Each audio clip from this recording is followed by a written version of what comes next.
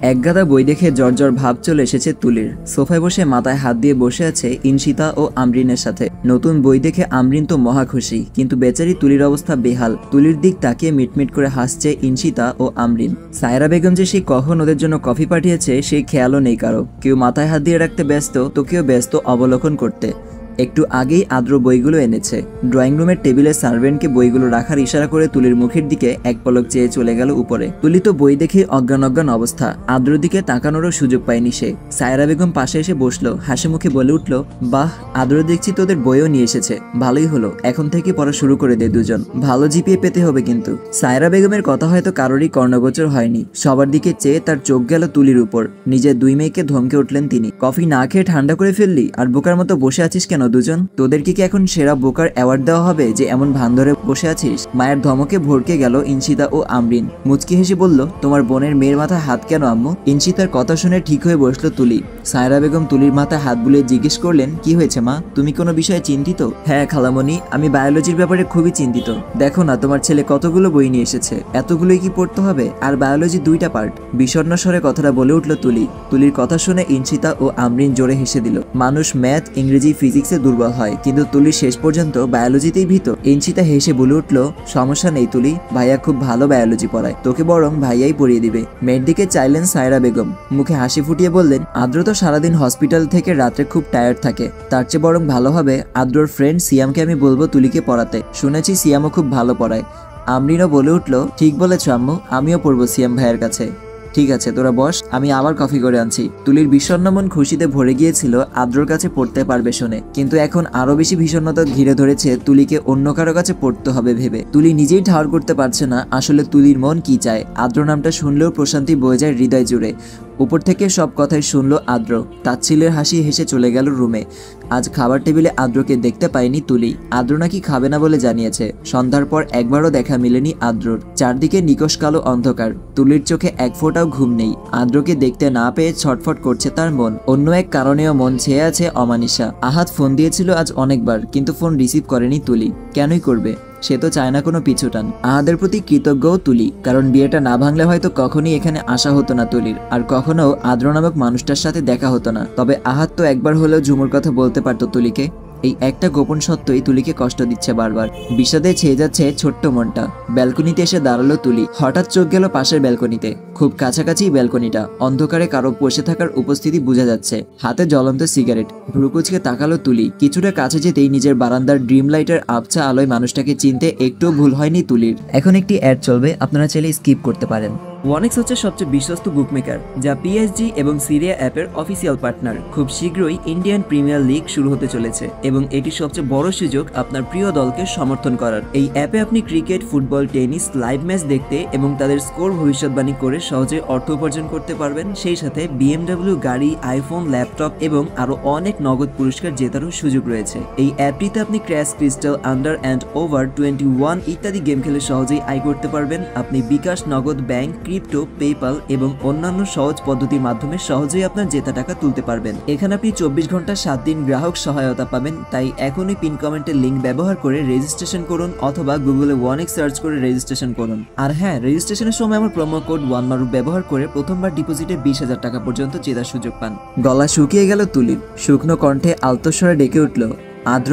ডেকে নিজের মুখ নিজেই চেপে ধরলো খুব জোরে। কি হচ্ছে তার এসব? ইদানিং সে আদ্রকে নাম ধরেই সম্বোধন করছে। না চাইতেও মুখ দিয়ে শুধু এটাই চলে আসছে। তুলির মিষ্টি স্বর কানে এসে বাজতেই হাতের সিগারেটটা ফেলে দিল আদ্র। উঠে দাঁড়িয়ে তীক্ষ্ণ দৃষ্টিতে চাইল তুলির দিকে। হুট করেই লাফ দিয়ে উপস্থিত হলো তুলির একদম কাছে। কেঁপে উঠল তুলি। বারান্দা দুটো প্রায় কাছাকাছি ও খোলামেলা, যে কেউ অনাশয় আসা যাওয়া করতে পারবে একটি থেকে অপরটিতে।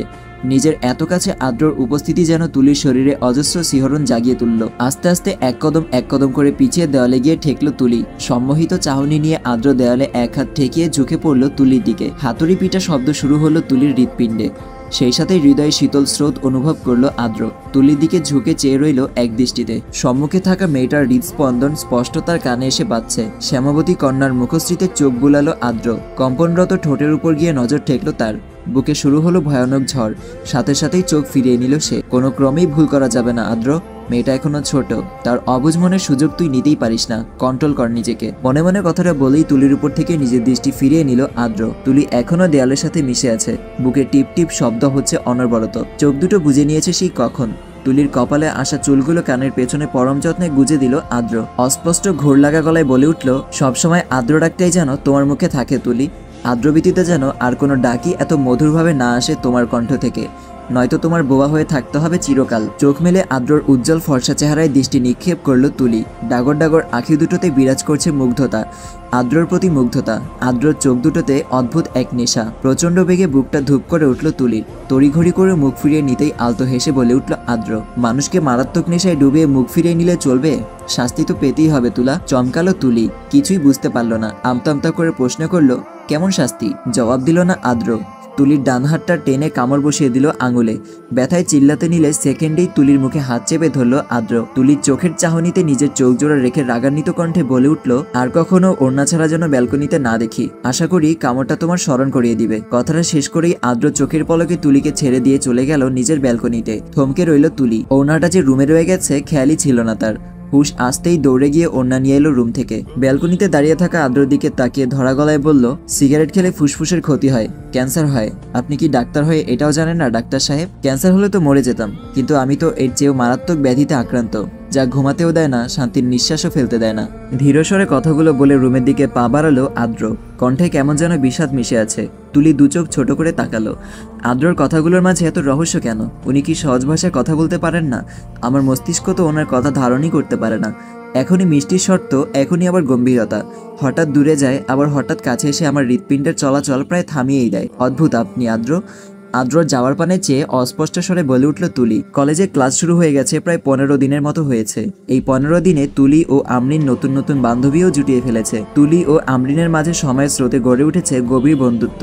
গত 3 দিন ধরে আমরিনকে ওদের ক্লাসের একটা ছেলে ফেসবুকে প্রেম নিবেদন করছে। ছেলেটা দেখতে খারাপ না, কিন্তু তুলির কথা হলো ছেলেদের ফাঁদে কিছুতেই পা দেওয়া যাবে না। আজকাল তলে তলে একাধিক প্রেম করে আবার সুন্দরী মেয়ে দেখলেই প্রেমের প্রস্তাব দিতে শুরু করে। ছেলেটা ক্লাসে ঢুকতেই আমরিন ইশারা করে দেখালো তুলিকে।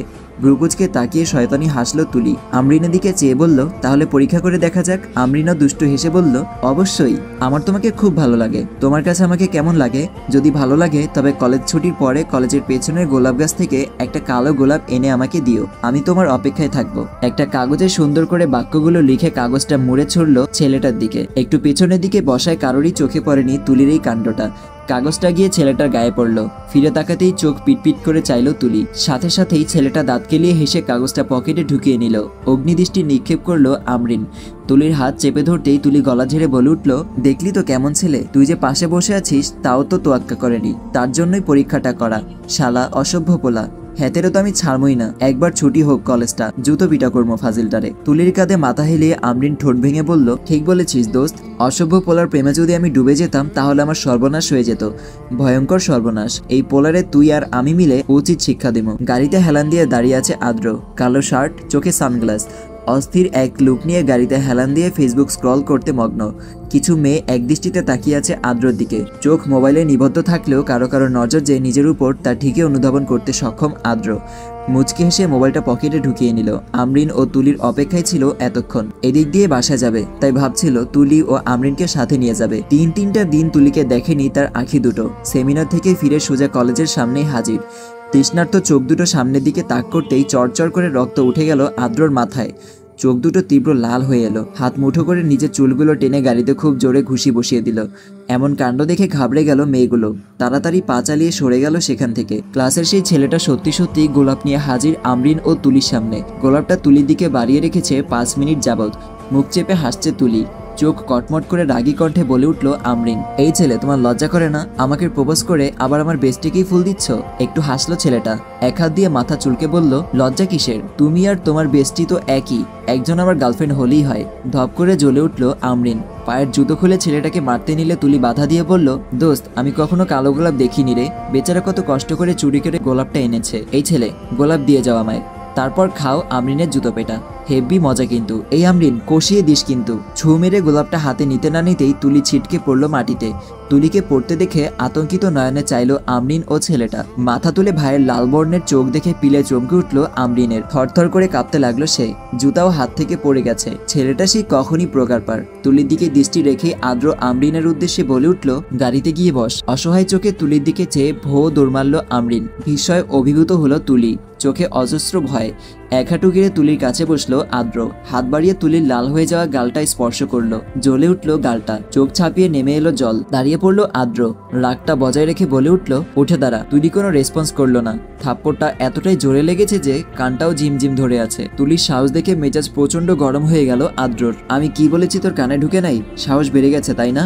হাত পা কেটে ফেলবো তোর। উঠে দাঁড়া বলছি। আদ্রর উচ্চস্বরের ধমকে কেঁপে উঠল তুলি। বহু কষ্টে উঠে দাঁড়াতেই হাতের কোণই ধরে টেনে নিজের একদম কাছে নিয়ে এলো আদ্র। চোয়াল শক্ত করে ধরে বলে উঠল, আজ তোকে কালো গোলাপ পিষে খাওয়াবো। কালো গোলাপের শখ আজীবনের জন্য মিটিয়ে দিব।